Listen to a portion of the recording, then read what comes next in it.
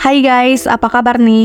Kali ini aku mau bahas drama yang bener-bener tenang banget, Juvenile Justice.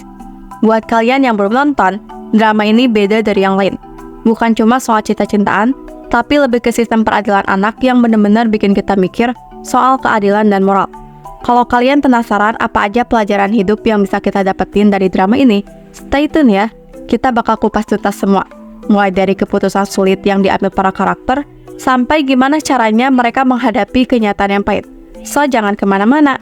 Nah, yang pertama banget nih, pelajaran hidup yang bisa kita ambil dari Juvenile Justice adalah soal kesempatan kedua. Di drama ini, kita melihat anak-anak muda yang terjebak dalam kasus kriminal. Dan kita tahu kan, anak-anak tuh sering banget bikin kesalahan. Kadang kesalahan mereka fatal, tapi drama ini ngajarin kita bahwa nggak semua orang itu pantas langsung dihukum berat. Ada yang perlu pembinaan, bukan sekadar hukuman. Kita harus sadar bahwa setiap orang itu bisa berubah, selama mereka diberi kesempatan dan bimbingan yang tepat.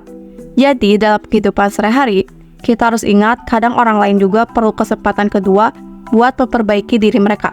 Yang kedua, drama ini juga ngajarin tentang pentingnya memahami konteks di balik setiap keputusan yang diambil.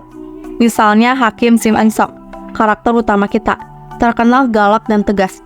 Tapi ternyata dia punya alasan kuat kenapa begitu keras dalam menangani kasus anak-anak.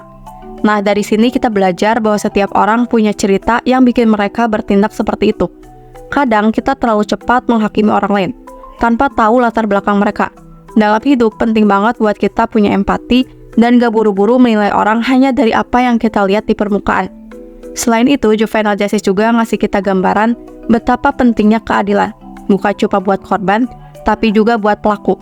Ada banyak momen dalam drama ini di mana kita benar-benar dipaksa mikir ulang soal konsep keadilan.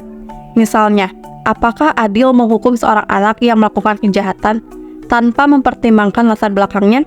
Atau apakah ada keadilan ketika korban merasa diabaikan karena pelaku masih dianggap anak-anak?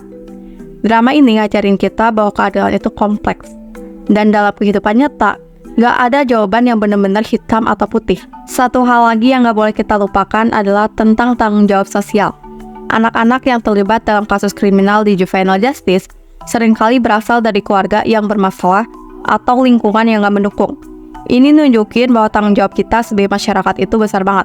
Kita punya peran penting dalam membentuk generasi muda. Jadi, kita gak bisa cuma nyalahin mereka kalau ada yang salah. Kita juga harus bertanya, apa yang udah kita lakukan untuk menciptakan lingkungan yang mendukung buat perkembangan mereka? So guys, itu beberapa pelajaran hidup yang bisa kita ambil dari drama Juvenile Justice.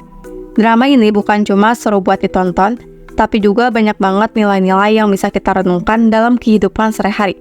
Mulai dari kasih kesempatan kedua, sampai gimana kita bisa lebih berempati dan gak cepat menghakimi orang lain.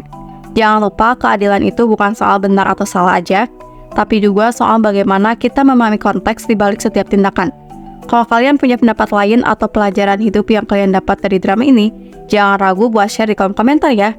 Thanks for watching and see you in the next video. Bye-bye!